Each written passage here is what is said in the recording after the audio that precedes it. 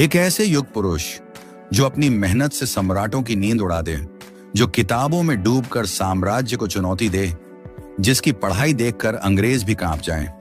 नाम है विश्व रत्न डॉक्टर भीमराव रामजी आंबेडकर।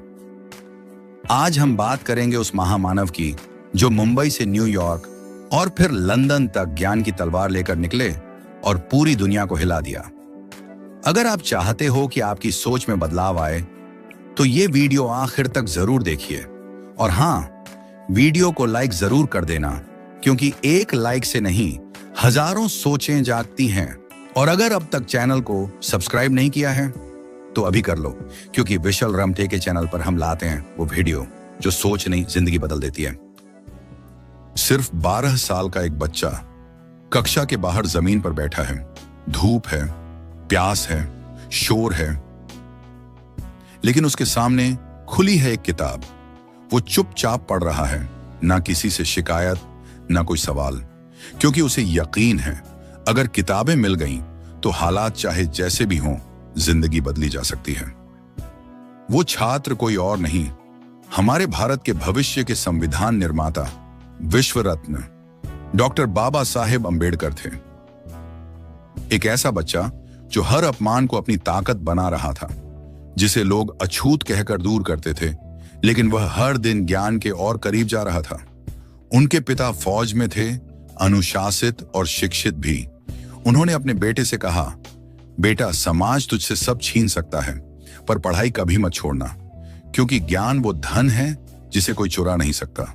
बाबा साहेब ने यह बात जिंदगी भर याद रखी और यहीं से शुरू हुई भारत के सबसे बड़े बुद्धिजीवी की अंतर्राष्ट्रीय यात्रा।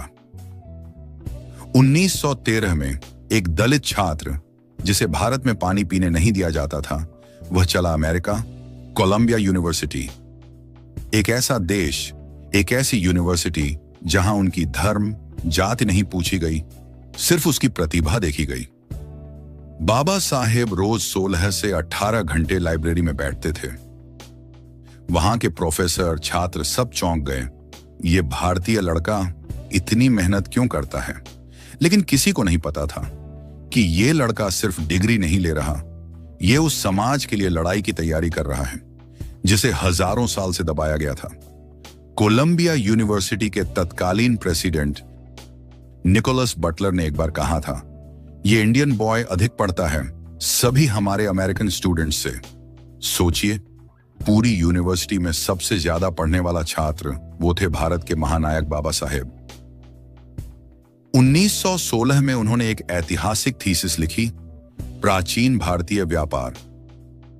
इसमें उन्होंने दिखाया कि प्राचीन भारत सिर्फ आध्यात्मिक देश नहीं था, बल्कि एक समृद्ध व्यापारिक राष्ट्र भी था। उन्होंने बताया कि कैसे भारत का व्यापार, मुद्रा प्रणाली और आर्थिक ढांचा हजारों साल पहले भी विकसित था। यह रिसर्च इसलिए भी महत्वपूर्ण थी क्योंकि इससे अंग्रेजों के उस झूठ का पर्दाफाश हुआ जो कहते थे कि भारत हमेशा से गरीब और पिछड़ा रहा है।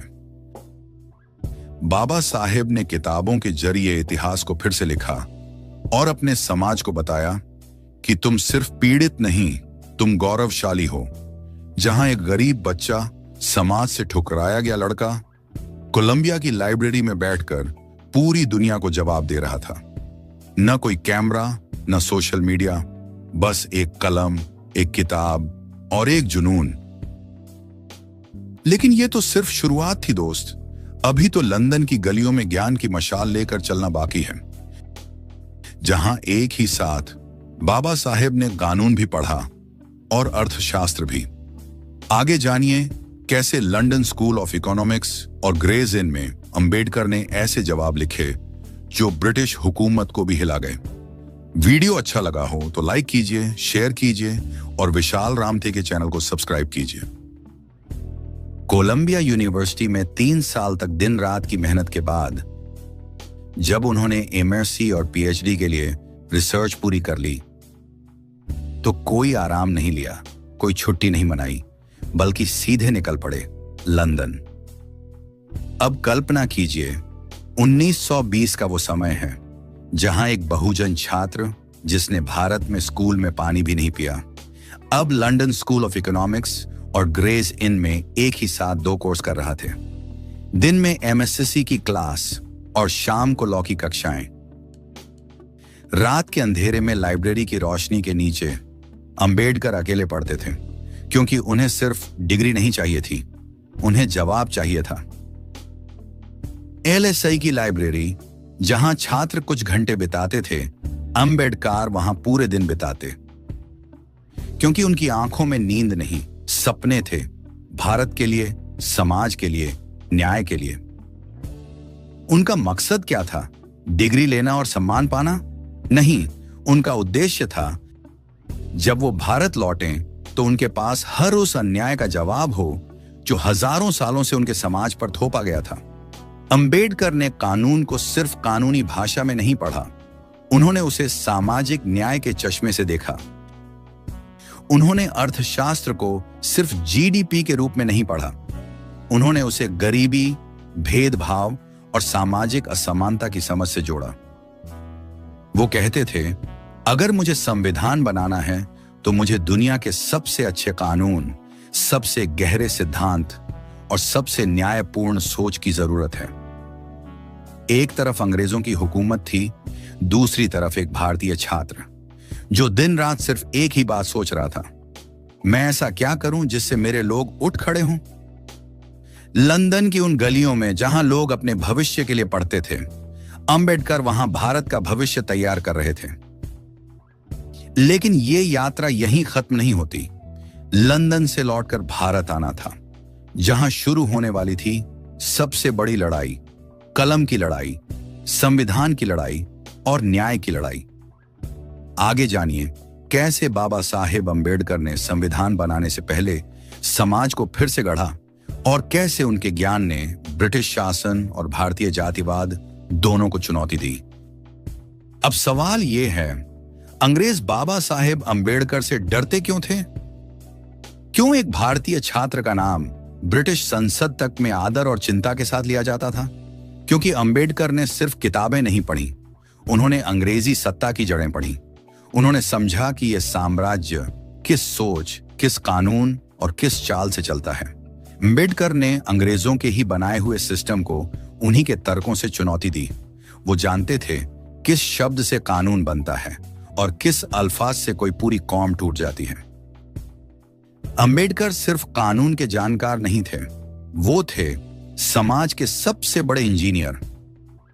उन्होंने इस देश के सामाजिक सिस्टम को स्कैन किया, जाति प्रथा को एक्सपोज किया और कहा, अगर यह सिस्टम बदले बिना आजादी आई तो वो आजादी नहीं, एक नया जेल होगा।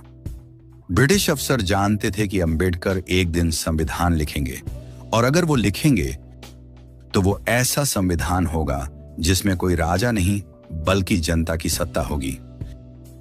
अंबेडकर ने साफ कहा था, I measure the progress of a community by the degree of progress which women have achieved.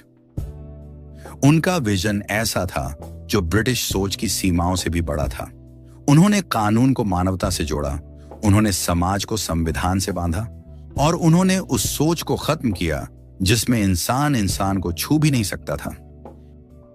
इसीलिए डरते थे अंग्रेज, क्योंकि अंबेडकर तलवार से नहीं तर्क से लड़ते थे। उनकी कलम में वो ताकत थी जो ब्रिटिश साम्राज्य की बुनियाद हिला सकती थी। लेकिन ये सिर्फ डर की कहानी नहीं, ये कहानी है न्याय की जीत की। आगे जानिए कैसे डॉक्टर अंबेडकर ने संविधान की रचना करते समय हर उस व्यक्ति की आवाज को उसमें शामिल किया जिसे समाज ने कभी गूंगा बना रखा था। और जानिए कैसे अंबेडकर ने भारत को सिर्फ आजाद नहीं किया बल्कि सोचने की आजादी दी। वीडियो अच्छा लगा हो तो लाइक कीजिए, शेयर कीजिए। आज भी वो किताबें कोलंबिया और लंदन की उन लाइब्रेरी में रखी हैं, वो पन्ने, वो कागज जिन पर बाबा साहेब अंबेडकर की उंगलियों के निशान हैं। लेकिन अगर ध्यान से सुनो, हर पन्ना चीख चीख कर कहता है, अगर पढ़ाई करनी है तो अंबेडकर जैसा पढ़। 16 से 18 घंटे की पढ़ाई, न थकान न शिकायत, एक ही ध्येय, मुझे इतना जानना है कि दुनिया को जवाब दे सकूं। अब सवाल हमसे है, क्या हम 16 घंटे पढ़ सकते हैं? क्या हम इतनी गहराई से सोच सकते हैं? क्या हम अपने समाज को बदलने का सपना देख सकते हैं? अंबेडकर ने सिर्फ डिग्री नहीं ली, उन्होंने ज्ञान को हथियार बनाया। उन्होंने किताबों से एक ऐसी तलवार गढ़ी जो कभी किसी को घायल नहीं करती, बल्कि लोगों को आजाद करती है। उन्होंने हमें सिखाया, अगर तुम पढ़ लोगे तो तुम्हें कोई हरा नहीं सकता, ना गरीबी, ना जाति, ना सरकार, ना दुनिया। अब वक्त हमारी पीढ़ी का है। हमारे पास इंटरनेट है, किताबें हैं, अवसर हैं, पर क्या हमारे पास वो जज्बा है जो बाबा साहेब के पास था? ये सवाल हमें खुद से पूछना होगा। अगर तुम्हें इस कहानी ने जगा दिया हो, तो अंबेडकर सिर्फ एक नाम नहीं, एक मिशन बन जाए। क्योंकि जब एक गरीब बच्चा पढ़ सकता है, तो आज का भारत क्यों नहीं? अगर